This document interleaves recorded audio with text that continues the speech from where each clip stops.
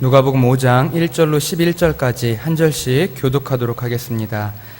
무리가 몰려와서 하나님의 말씀을 들을새 예수는 게네사렛 호숫가에 서서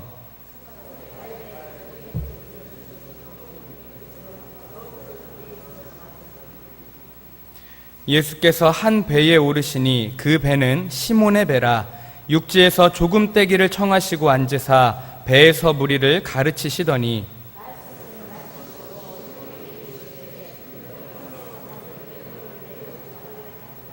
시몬이 대답하여 이르되 선생님, 우리들이 밤이 새도록 수고하였으되 잡은 것이 없지만은 말씀에 의지하여 내가 그물을 내리리이다 하고,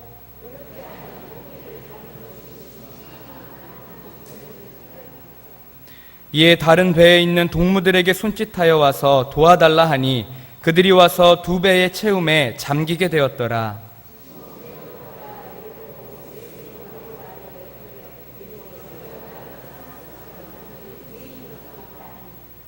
이는 자기 및 자기와 함께 있는 모든 사람이 고기 잡힌 것으로 말미암아 놀라고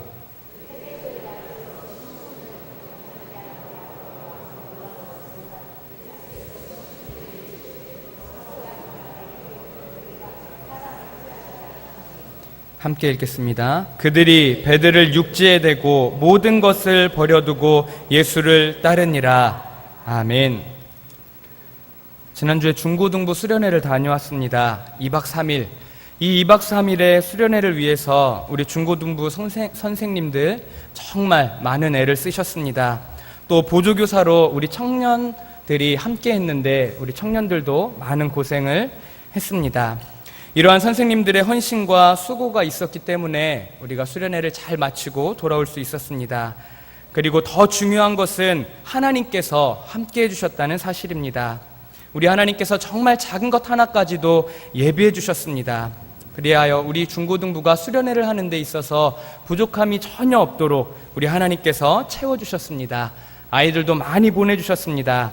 그리고 무엇보다도 우리 하나님께서 우리 아이들을 만나주셨고 만져주셨습니다. 하나님께 정말 큰 감사를 드립니다. 하나님께서 이렇게 우리 아이들을 또 우리들을 만나주실 때 사용하시는 도구가 있습니다. 그 도구는 바로 말씀입니다. 하나님께서는 말씀을 통해 복음의 진리를 깨닫게 하시고 또 믿음을 주셔서 예수 그리스도를 구주로 믿고 고백하게 하십니다. 그리고 이렇게 회심한 사람을 하나님께서는 또 말씀으로 양육하십니다. 평생 말씀으로 양육하셔서 하나님의 그 진리의 도를 따라 살아갈 수 있도록 하나님께서 그렇게 인도해 주시는 것입니다. 그렇게 진정한 믿음을 갖고 있는 사람은 날마다 말씀을 통해 변화되고 성숙되게 됩니다. 말씀을 들을 때마다 점점 더 그리스도의 인격을 닮아가게 되고 하나님의 뜻을 이 땅 가운데 실현할 수 있는 그러한 능력자로 세워지게 됩니다. 말씀을 들을 때 우리들의 삶 가운데 변화가 일어나게 되는 것입니다. 오늘 본문은 이러한 하나님의 말씀을 듣고 변화된 한 사람, 베드로의 이야기입니다. 말씀을 들을 때, 우리가 하나님의 말씀을 들을 때 우리들에게 어떠한 변화가 일어나게 될까요? 먼저 첫 번째로 말씀을 들을 때 믿음이 생깁니다. 5절 말씀을 보시겠습니다. 시몬이 대답하여 이르되 선생님, 우리들이 밤이 새도록 수고하였으되 잡은 것이 없지만은 말씀에 의지하여 내가 그물을 내리리이다 하고, 아멘. 본문 말씀의 배경은 게네사렛 호숫가, 즉 갈릴리 바다입니다. 예수님께서는 갈릴리 바다로 가셨습니다. 왜냐하면 베드로를 만나시기 위해서입니다. 우리가 이렇게 생각할 수 있는 이유는 먼저 1절을 보시면 무리가 몰려와서 하나님의 말씀을 들을세 라고 말씀하는데, 이후 예수님께서는 그 수많은 무리들 가운데 베드로에게만 질문을 하고 계십니다. 그리고 또 하나의 이유는 본문은 갈릴리 바닷가에 배가 두 척이 있었다고 기록하고 있습니다. 그런데 예수님께서는 그 두 척의 배 가운데 시몬의 배에 오르셨습니다. 이것이 우연일까요? 예수님은 베드로를 만나시기 위해 갈릴리 바다로 가신 것입니다. 이것은 마태복음과 마가복음, 오늘 본문의 병행본문인 마태복음과 마가복음을 통해서도 우리들이 알 수 있습니다. 마태복음과 마가복음을 비교해서 보았을 때 다른 마태복음, 마가복음에 있는 이 기사의 기록과 오늘 누가복음에 있는 이 기사의 기록의 가장 큰 차이점은 예수님께서 베드로에게 말씀하고 있다는 것입니다. 다른 사람들에게 말씀하고 있는 것이 아니라 그 자리에 있었던 그 수많은 사람들 가운데 특별히 베드로에게 예수님은 지금 집중하고 계십니다. 예수님께서는 그 배를 육지에서 조금 떨어지게 하신 후에 그 배 위에서 무리들을 가르치십니다. 말씀, 곧 복음을 전하신 것이죠. 그리고 그 후에 시몬 베드로에게 말씀하십니다. 깊은 데로 가서 그물을 내려 고기를 잡으라 라고 말씀하십니다. 이 예수님의 가르침과 예수님의 말씀을 들은 베드로, 5절부터 이 말씀에 대한 베드로의 반응이 하나씩 나타나고 있습니다. 그 첫 번째 반응은 말씀에 의지하여 내가 그물을 내리리이다. 이것이 베드로의 첫 번째 반응입니다. 말씀에 의지하여 내가 그물을 내리리이다. 어부 베드로는 사실 전날 밤에 밤새도록 수고했지만 아무것도 얻지 못했습니다. 정말 피라미 한 마리 잡지 못했습니다. 물고기를 한 마리도 못 잡고 두 어깨가 축 처져서 자기의 동료 어부들과 함께 아침에 새벽에 그물을 씻고 그물을 털고 있었습니다. 이 절망적인 상황 가운데 베드로는 예수님을 만났고 예수님의 말씀을 들었습니다. 그리고 그의 심령 안에 하나의 변화가 일어났습니다. 그 변화는 바로 말씀을 의지하는 변화, 말씀을 의지하고자 하는 변화가 그의 심령 안에 일어난 것입니다. 예수님께서는 바닷가에서 잔뼈가 굵은 이 베드로에게 깊은 데로 가서 그물을 내려라 이렇게 말씀하셨습니다. 갈릴리 바닷가 전문가인 베드로, 이 베드로가 이 말을 들었을 때 어떤 기분이 들었을까요? 예수님의 말씀을 전혀 듣지 못한 상태에서 이런 말을 곧바로 들었다면 베드로는 아마 기가 찼을 것입니다. 평상시에 베드로였다면 정말로 기가 차서 말도 안 났을지도 모릅니다. 어디 하룻강아지 법무서운 줄 모른다고 이 갈릴리 바닷가에서 잔뼈가 굵은 나 베드로인데 이 바닷가에서는 내가 바로 전문가인데 새파란 젊은이가 와서 저 깊은 데 가서 그물을 내려보십시오 이렇게 말한다고 한다면 베드로가 어찌 그 말을 곧이곧대로 들을 수 있겠습니까? 그런데 지금의 베드로는 말씀을 들은 상태의 베드로입니다. 이렇게 말씀을 들은 베드로의 반응은 다릅니다. 평상시였다면 펄쩍 뛰었겠지만 예수님의 말씀을 들은 베드로의 반응은 다른 것입니다. 예수님의 말씀을 들은 뒤에 이 베드로는 이 말씀을 의지합니다. 말씀을 신뢰합니다. 말씀을 믿습니다. 그래서 자신이 갖고 있었던 그 세상적인 지식과 경험과 연륜과 그 바다를 통해서 자신이 알고 있었던 그 모든 것들을 다 내버리고 다 내려놓고 이런 것들을 의지하지 아니하고 지금 예수님의 말씀을 믿고 그 말씀을 의지합니다. 그리고 그 말씀이 요구하는 대로 순종하고 있습니다. 이것이 바로 진정으로 하나님의 말씀을 들은 사람에게 일어나는 첫 번째 변화입니다. 바로 심령 안에 믿음이 생기는 것입니다. 하나님께서 말씀을 통해 행하시는 첫 번째 역사, 바로 믿음입니다. 우리는 스스로 믿음을 만들어낼 수 없습니다. 믿음은 내가 믿고 싶다고 해서 얻을 수 있는 것이 아니고 내가 만들고 싶다고 해서 만들어지는 것이 아닙니다. 내 스스로의 힘으로, 능력으로 우리는 믿음을 얻을 수 없습니다. 그렇다면 어떻게 믿음을 얻을 수 있을까요? 믿음을 얻을 수 있는 유일한 방법, 오직 말씀을 통해서만 우리는 믿음을 얻을 수 있습니다. 로마서 10장 17절은 말씀합니다. 그러므로 믿음은 들음에서 나며 들음은 그리스도의 말씀으로 말미암느니라. 믿음은 말씀을 통해 그리스도의 말씀, 그리스도의 복음이 선포될 때 성령 하나님께서 우리들의 심령 가운데 불러 일으켜 주시는 말 그대로 하나님으로부터 오는 선물이 바로 믿음입니다. 그렇기에 진정으로 말씀을 듣고 진정으로 말씀을 받는 성도는 그 심령 안에 믿음이 생기게 되어 있습니다. 그리고 만약에 이미 이 믿음을 받은 성도라면, 회심한 성도라면 그 믿음이 점점 더 강화되게 되어 있습니다. 말씀을 들을 때 믿음이 생기고, 이미 믿음이 생긴 성도는 지속적으로 말씀을 듣고 하나님의 말씀을 묵상할 때 그 믿음이 점점 더 강해지는 것입니다. 태산도 옮길 수 있을 만한 그런 엄청난 믿음으로 점점 더 믿음이 성장하게 되는 것입니다. 성도 여러분, 말씀을 들을 때마다 우리 안에 새롭게 생기고 또 자라나는 이 믿음의 역사가 있으시기를 바랍니다. 우리의 믿음이 언제까지나 어린아이와 같은 그런 수준에 머물러 있어서는 안 됩니다. 믿음이 없고 믿음이 성장하지 않는다는 것은 말씀을 제대로 듣고 있지 못하고 제대로 된 생명의 말씀을 듣고 있지 못하다는 증거입니다. 말씀을 제대로 듣는다면 우리 안에는 이 믿음의 역사가 날마다 새롭게 일어나게 되어 있습니다. 강단을 통해 선포되는 하나님의 말씀을 신뢰하시고 그 말씀을 통해 하나님께서 내 안의 믿음을 새롭게 해주실 것을 믿고 사모하시는 그런 우리 모든 성도님들 되시기를 바랍니다. 두 번째로, 말씀을 들을 때 우리 안에 일어나는 놀라운 변화는 바로 죄인임을 깨닫게 된다는 것입니다.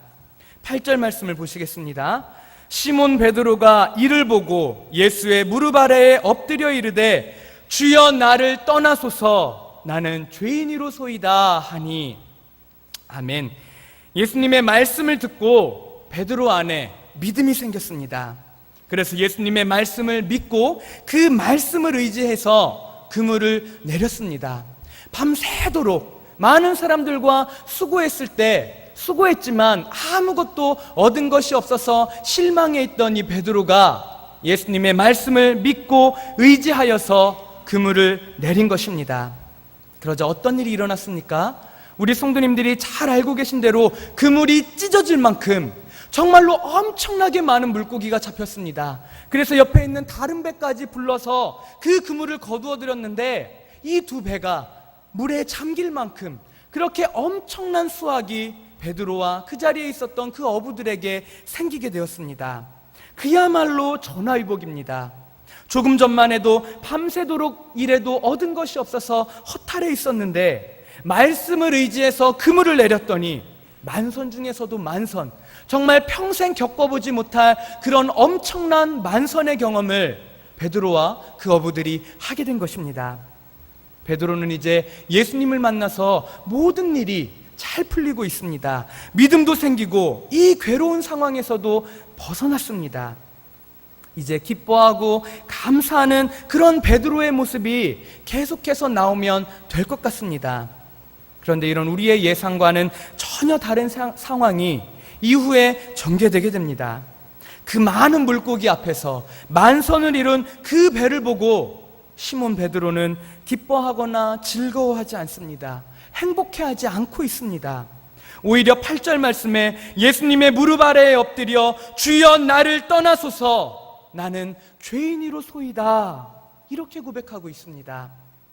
지금 이 상황이 이해가 되십니까? 이 상황은 일반적으로 상식적으로 생각했을 때는 전혀 이해할 수 없는 상황입니다. 지금 모든 일이 잘 풀리고 있는데 큰 복을 받았는데 이 엄청난 수확을 얻었는데 그 앞에서 기뻐하고 즐거워하고 행복해하는 것이 아니라 오히려 예수님 앞에 무릎을 꿇고서 자신이 죄인임을 자복하고 있는 이 상황, 정말로 상식적으로는 이해할 수 없는 그런 상황입니다. 베드로는 왜 이렇게 행동했을까요? 이것이 바로 말씀을 들은 사람의 두 번째 변화입니다. 바로 자신이 죄인임을 깨닫게 되는 것입니다. 베드로는 지금 물고기가 많이 잡히고 배가 만선이 되고 이러한 눈에 보이는, 지금 눈에 잡히는 그 물질에 마음이 가 있는 상태가 아닙니다. 그것을 바라보고 있는 상태가 아닙니다. 베드로는 지금 그 기적을 일으키신 예수님께 집중하고 있습니다. 베드로의 눈에는 지금 이 많은 물고기, 이 만선을 이룬 그 배가 보이는 것이 아니라 그 일을 행하신 예수 그리스도, 베드로의 눈에는 지금 그분이 보이고 있는 것입니다. 이분이 과연 누구신가? 이분이 도대체 누구시길래 나에게 말씀하시고 또 나는 그분의 말씀을 믿게 되고 또 그분의 말씀에 순종했더니 나에게 지금 이런 엄청난 일이 생기는가? 도대체 나에게 지금 일어나고 있는 이 일이 어디로부터 온 것인가? 도대체 왜 이런 일이 나에게 생기는 것인가? 베드로는 지금 그 상황을 바라보고 그 상황을 일으키신 예수님을 바라보고 있는 것입니다. 베드로의 온 관심은 지금 예수님을 향해 있습니다. 그리고 나서 예수님을 향해 있던 그 베드로 깨닫게 됩니다. 이분이 바로 메시아구나. 이분이 바로 구주시구나. 이분이 바로 우리가 지금까지 그토록 기다리고 있었던 메시아 하나님이시구나 라고 하는 그 사실을 베드로는 깨달은 것입니다. 우리는 베드로가 예수님을 부르는 호칭을 통해서 베드로의 심령에 일어난 이러한 변화를 추측해 볼 수 있습니다. 5절에서 베드로는 예수님을 선생님이라고 부르고 있습니다. 그러다가 8절에서는 그 호칭이 바뀝니다. 주여라고 예수님을 부르고 있습니다. 이것은 예수님을 바라보는, 예수님을 대하는 베드로의 관점이 달라졌다는 것, 바뀌었음을 의미합니다. 선생님에서 주님으로, 이것은 예수님을 바라보는 베드로의 관점이 이제 완전히 바뀐 것을 말합니다. 선생님은 이 세상에서 길을 인도해주는 그러한 존재입니다. 이 세상을 살아갈 수 있는 지혜, 이 세상에서 어떻게 살아가야 될 것인지를 우리는 선생님을 통해서 배웁니다. 처음에 베드로가 예수님을 만났을 때 이런 인생의 선생님 정도로 이 예수님을 여겼던 것입니다. 하나님의 말씀을 잘 가르쳐주고 풀이해주는 그런 하나의 랍비로서, 한 분의 존경스러운 랍비로, 선생님으로 이렇게만 예수님을 바라봤던 것입니다. 그러나 예수님의 말씀을 듣고 그 안에 믿음이 생기고 그 믿음에 의지하여 순종하여 그물을 내리고 물고기가 많이 잡히게 되었을 때 베드로는 이분은 더 이상 그러한 이 세상에 존재하는 단순한 선생님이 아니구나, 이분은 전혀 다른 분이구나, 이 사실을 깨닫게 된 것입니다. 그래서 주님을 부르고 있는 것입니다. 선생님이라고 불렀다가 이제 그것을 깨닫고 나서 주여, 주님이라고 부르고 있는 것입니다. 주님은 이스라엘에서 하나님을 부를 때 사용하는 호칭입니다. 그리고 이 세상뿐만 아니라 영원한 세상까지 우리를 이끌어주시는, 말 그대로 나의 영원한 주인님을 부를 때 사용하는 호칭이 바로 주여, 주님이라는 이 호칭입니다. 베드로는 지금 메시아, 진정한 주님, 하나님을 만났고 그 사실을 깨달은 것입니다. 그러니 어찌 그 앞에 고개를 뻣뻣이 들고 제대로 서 있을 수 있겠습니까? 그리고 그 하나님 앞에서, 그 메시아 앞에서 자신의 본질을, 자신의 존재를 깨달은 것입니다. 주여, 나를 떠나소서, 나는 죄인이로소이다. 자신의 본질을 깨닫고 이렇게 고백할 수밖에 없었던 것입니다. 성도 여러분, 진정으로 하나님의 말씀을 들으면 우리는 우리 자신의 존재를 깨닫게 됩니다. 내가 어떤 존재인지, 나의 본질이 무엇인지 하나님의 말씀 앞에 우리는 깨닫게 됩니다. 말씀의 능력이 우리들의 폐부를 깊숙이 찔러서 그 내면 깊숙한 곳에 있는 우리의 본질을 깨닫게 해주시고 알려주시기 때문입니다. 히브리서 4장 12절은 말씀합니다. 하나님의 말씀은 살아있고 활력이 있어 좌우의 날선 어떤 검보다도 예리하여 혼과 영과 및 관절과 골수를 찔러 쪼개기까지 하며 또 마음의 생각과 뜻을 감찰 판단하나니 라고 말씀합니다. 말씀을 듣기 전에 우리는 스스로를 꽤 괜찮은 사람으로 여깁니다. 나 정도면 나는 법 없어도 살아갈 수 있어. 나 정도면 이 세상에서 훌륭한 인격을 가진 그러한 사람이지 라고 스스로를 굉장히 관대하게 평가합니다. 그러나 하나님의 말씀을 들으면 전혀 그렇지 않다는 것을 깨닫게 됩니다. 하나님의 말씀이 우리 안에 있는 죄를 드러내기 때문입니다. 우리 안에 있는 우리의 본성, 우리의 본질, 그 존재가 어떤 존재인지 하나님의 말씀이 드러내고 깨닫게 하기 때문입니다. 하나님 앞에서 이 말씀 앞에 우리를 비추어 봤을 때 우리는 그야말로 죄인입니다. 하나님 앞에 죽어 마땅한 죄인입니다. 하나님의 진노와 저주를 받아 마땅한 그러한 죄인된 존재가 다른 그 누군가가 아니라 바로 나 자신이구나 라고 하는 그 사실을 깨닫게 되는 것입니다. 스스로가 죄인이라는 사실, 이 사실은 오직 말씀을 통해서만 깨달을 수 있습니다. 그렇기에 진정으로 말씀을 듣고 진정으로 말씀을 믿는 사람은 자신이 죄인이라는 이 사실 때문에 날마다 우리 하나님 앞에서 겸손할 수밖에 없고, 또한 이런 죄인을 구원해 주신 그 은혜가 너무나도 감사해서 또 하나님 앞에 겸손할 수밖에 없는 것입니다. 말씀을 들으실 때마다 날마다 자신이 죄인임을 깨달으시는, 또한 믿으시는 저와 우리 성도님들 되시기를 바랍니다. 내가 하나님 앞에서 얼마나 큰 죄인인지 이 사실을 깨닫는 만큼 하나님의 은혜가 나에게 부어집니다. 내가 죄인임을 깨달으면 깨달을수록, 그것을 알면 알수록 하나님의 놀라운 은혜가 나의 심령을 채우시고 더욱더 우리가 하나님 앞에 가까이 나아갈 수 있게 됩니다. 말씀을 들으실 때마다 이러한 은혜가 우리 성도님들께 가득하시기를 소망합니다. 마지막 세 번째로, 말씀을 들을 때 우리는 예수님을 따르게 됩니다. 우리 11절 말씀을 함께 보시겠습니다. 11절입니다. 그들이 베드를 육지에 대고 모든 것을 버려두고 예수를 따르니라. 아멘. 예수님의 말씀을 듣고 믿음이 생긴 베드로는 자신이 죄인임을 깨닫고 주님 앞에 엎드렸습니다. 그 자리에 있었던 많은 사람들이 놀랐습니다. 그리고 그 놀란 사람들 중에는 야고보와 요한도 있었습니다. 이렇게 주위의 모든 사람이 예수님께서 베푸신 기적에, 또 베드로의 그 반응에 놀라고 있을 때 예수님께서 베드로에게 또 말씀하십니다. 예수께서 시몬에게 이르시되 무서워하지 말라, 이제 후로는 내가 사람을 취하리라 하시니, 베드로는 지금 두려움에 떨고 있습니다. 자신이 죄인임을 깨닫고 지금 자신 앞에 계신 예수 그리스도가 메시아요 참된 하나님임을 깨달았기 때문입니다. 그러니 어찌 두렵지 않을 수 있겠습니까?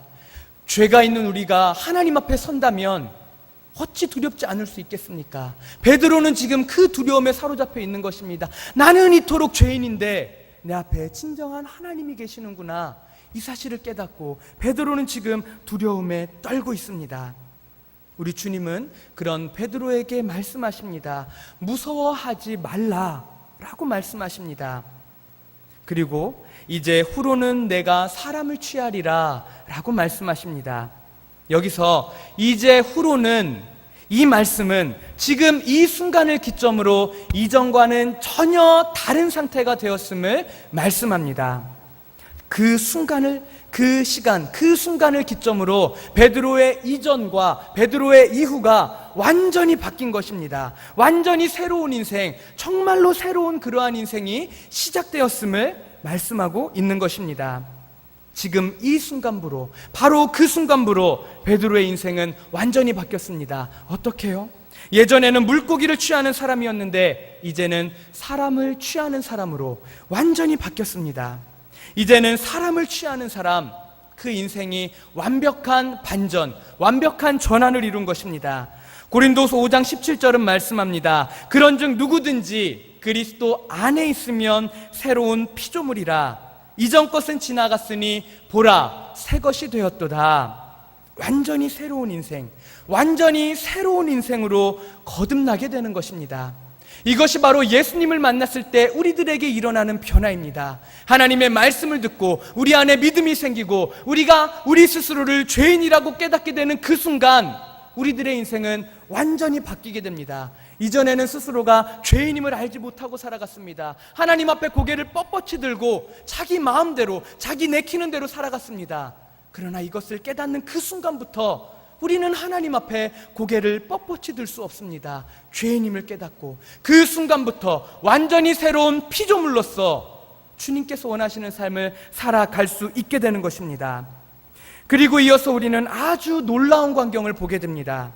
예수 그리스도의 이 말씀을 듣고 베드로를 포함한 그들이 배들을 육지에 대고 모든 것을 버려두고 예수를 따르니라 라고 말씀하고 있기 때문입니다. 마태복음, 마가복음, 누가복음에는 공통적으로 재물이 많은 한 사람, 재물이 많은 한 청년에 관한 기사가 나오고 있습니다. 이 사람이 예수님께 와서 질문합니다. 어떻게 해야 영생을 얻을 수 있겠습니까? 이 질문의 최종적인 예수님의 답변은 가서 내 소유를 팔아 가난한 사람들에게 나눠주고 그리고 자신을 따르라고 말씀하셨습니다. 그런데 이 사람은 재물이 많은 고로 근심하며 돌아갔다라고 성경은 기록하고 있습니다. 그런데 이 사람과는 상반되게 지금 베드로는 그리고 그 자리에 있었던 야고보와 요한 같은 이들은 이 갖고 있던 모든 것, 이 모든 것은 정말로 그야말로 모든 것을 말합니다. 갖고 있는 이 모든 것을 버려두고 예수님을 따라갔습니다. 혹 이렇게 생각하실지도 모르겠습니다. 혹 그 사람은, 그 부자 청년은 가진 것이 많아서 못 버린 것이고 베드로는 가진 것이 별로 없기 때문에 그냥 간단하게 버리고 예수님을 따라간 것이 아닐까 이렇게 생각하실지도 모르겠습니다. 그러나 베드로는 사실 가진 것이 많은 사람입니다. 단순한 그런 무식한 어부가 아닙니다. 성경을 보면 당시 베드로는 배를 갖고 있었던 사람입니다. 그것도 아주 큰 배를 갖고 있었던 사람입니다. 왜냐하면 그 배에서 일하는 선원들이 많이 있었기 때문입니다. 베드로는 큰 배를 갖고 있었던 선장입니다. 베드로 수하에 베드로의 명령을 따르는 그런 많은 사람들도, 많은 어부들도 있었습니다. 지금도 어촌에서 배가 있고 선장이면 꽤 재산이 많은 부유한 사람 아닙니까? 베드로가 갖고 있었던 재산, 베드로가 갖고 있었던 것들, 적어도 우리들이 생각하는 것보다는 훨씬 더 많았을 것입니다. 또 이 모든 것에는 이러한 재산뿐만 아니라 사랑하는 가족, 일가 친척들도 다 포함됩니다. 베드로는 그야말로 모든 것을 다 버리고 예수님을 따라간 것입니다. 말씀을 들은 사람, 말씀을 믿은 사람에게 나타나는 세 번째 변화, 바로 이것입니다. 모든 것을 버려두고 예수님을 따라가게 됩니다. 그런데 우리는 이 말씀을 잘 이해해야 합니다. 왜냐하면 일부 이단들은 이런 류의 말씀을 곡해해서 재산을 교회에 다 바치게 하고 모든 가족관계를 다 단절시킵니다. 그러나 성경은 그러한 의도로 이 말씀을 기록하고 있는 것이 아닙니다. 모든 사람들이 이 베드로처럼, 이 야고보와 요한처럼 갖고 있는 모든 것을 다 버리고 그저 예수님만 따라가라는 그런 하나의 모범으로서 이 말씀을 제시하고 있는 것이 아닙니다. 이 말씀에는 신앙의 도리, 믿음의 원리가 담겨 있습니다. 신앙의 도리, 그런 믿음의 원리를 설명하시기 위해서 이러한 말씀들, 이런 류의 말씀들을 기록해 놓고 계신 것입니다. 그렇게 우리는 이 말씀이 의도하는 바, 그 본질을 바르게 알아야 합니다. 지금 베드로와 야고보와 요한 같은 이들은 완전히 새로운 피조물이 되었습니다. 이 세상만을 바라보고 이 세상만을 따라가고 이 세상만을 바라보고 있던 그 눈을 들어서 이제 하나님을 바라볼 수 있는, 예수님을 바라볼 수 있는 그러한 존재가 되었습니다. 예수 그리스도가 메시아임을 깨닫고 예수 그리스도가 메시아임을 믿고 그분이 가장 귀하고 그분이 가장 값진 분임을 깨닫게 된 것입니다. 그러니 가장 값진, 가장 귀한 이분 앞에서 모든 것을 버리고 있는 것입니다. 천국 비유에서 밭에서 값진 보화를 발견한 후에 가진 모든 것을 팔아서 그 밭을 사는 것처럼 지금 이 사람들은 자신들이 갖고 있는 모든 것을 포기하고 예수님을 얻고 있는 것입니다. 예수님이 가장 귀하고 예수님이 가장 값진 것이다 라고 하는 것을 이들이 이러한 행동을 통해서, 이러한 삶을 통해서 지금 보여주고 있는 것입니다. 성도 여러분, 이처럼 진정으로 말씀을 들은 사람은 이 세상에서 가장 중요한 것이 무엇인지 깨닫게 됩니다. 이 세상의 돈보다, 이 세상의 권력보다, 심지어는 내가 사랑하는 그 가족보다도 더 소중한 것, 가장 귀한 것이 무엇인지 깨닫게 됩니다. 바로 예수 그리스도입니다. 예수 그리스도가 우리의 가장 귀한 보아요. 예수 그리스도가 우리들에게 있어서 가장 귀한 우리들의 생명과도 같은 그러한 분입니다. 예수 그리스도를 만나고 예수 그리스도를 믿고 하나님의 말씀을 진정으로 들은 사람은 예수 그리스도가 가장 귀한 분임을, 정말로 보화임을, 우리들의 생명임을 깨닫게 되고 믿게 되는 것입니다. 그렇기 때문에 모든 것을 버리고 예수님을 따라갈 수 있게 되는 것입니다. 말씀을 듣는다는 것은 이 세상에서 가장 값진 것이 무엇인지 깨닫고 그 값진 것을 얻기 위해 달려나가는 것입니다. 말씀을 통해 가장 값진 예수 그리스도를 날마다 발견하시고 그분께로 세상의 모든 것들 다 포기하시고 다 버리시고 그분께로 달려나가시는 저와 우리 모든 성도님들 되시기를 바랍니다. 우리를 변화시킬 수 있는 것 말씀밖에 없습니다. 이 세상 그 어떤 것도 우리를 변화시킬 수 없습니다. 우리들의 마음을 다스리고 우리를 변화시킬 수 있는 것 오직 하나님의 말씀밖에 없습니다. 하나님의 말씀이 선포될 때, 하나님의 말씀을 들을 때 우리 안에는 진정한 믿음이 생기고 스스로가 얼마나 죄인인지 깨달아 알게 됩니다. 그리고 모든 것을 버리고 예수님을 따라가게 됩니다. 예수님이 가장 귀한 분임을, 그 예수님을 위해서는 나의 모든 것을 다 버려도 좋다라는 그러한 믿음이 우리 안에 생겨나게 됩니다. 이러한 놀라운 역사는 오직 말씀으로만 가능한 역사입니다. 나를 변화시키는 능력이 하나님의 말씀에 있음을 믿으시고 말씀으로 날마다 새롭게 되시는 그러한 저와 우리 모든 성도님들 되시기를 간절히 소망합니다. 아멘. 기도하시겠습니다. 하나님 아버지, 우리들에게 말씀해 주시니 진실로 감사합니다. 아버지 하나님, 우리가 진실로 하나님의 말씀을 제대로 알고 제대로 믿고 제대로 듣는 하나님의 귀한 믿음의 성도들 모두 되기를 원하옵나이다. 그래서 우리 안에 날마다 믿음이 새롭게 되게 하여 주시옵고 날마다 우리 하나님 앞에서 내 스스로가 진정한 죄인임을 깨달아 알게 하여 주심으로 하나님 앞으로 더욱더 가까이 나아가는 우리들이 되게 하여 주시옵소서. 그리고 또한 이 세상에서 가장 값진 것, 가장 귀한 것, 가장 보배가 무엇인지 진실로 깨달아 알게 하여 주시옵소서. 그분이 바로 예수 그리스도임을 온전히 깨달아 알게 해주셔서 그분을 얻기 위하여 이 땅에서의 모든 것을 포기하고 주님께로 달려나가는 우리 모두가 될 수 있도록 하나님 도와주시옵소서. 감사하옵니다.